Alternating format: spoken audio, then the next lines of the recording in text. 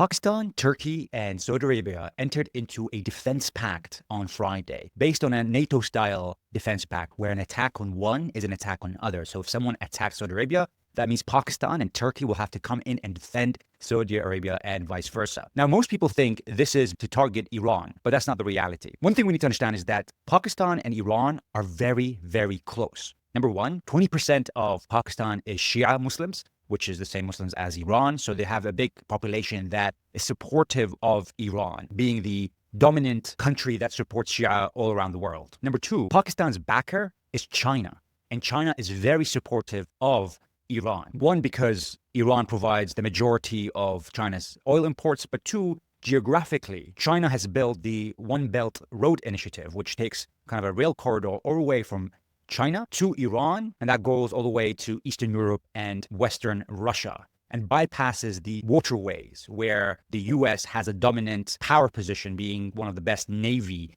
armies in the world, and avoids the choke points like the Strait of Malacca, like the Strait of Hormuz. And so Iran is extremely important for China and Pakistan, because Pakistan is also part of that road initiative, and they're part of the BRICS nation that is going to be a challenger to the US as the world hegemon and the US dollar as the reserve currency. The relationship is so strong between those three, China, Pakistan, and Iran, that China is selling weapons to Iran through Pakistan. And Pakistan not only is transferring these weapons, it's training Iran on those defense weapons. And so Pakistan is not going to go to war with Iran, one of its strongest allies. And then you have Turkey, which also borders Iran and has a very, very good relationship with Iran. And most people are misunderstanding this defense pact. It's a defense pact. It's not an offensive pact. So we saw when Ansarullah in Yemen was retaliating against what Saudi Arabia did to their airport, Sana'a, by bombing it, and then they started bombing Saudi Arabia. Pakistan, even though before this new defense pact that was signed with Turkey and Saudi Arabia, Pakistan had a defense pact with Saudi Arabia,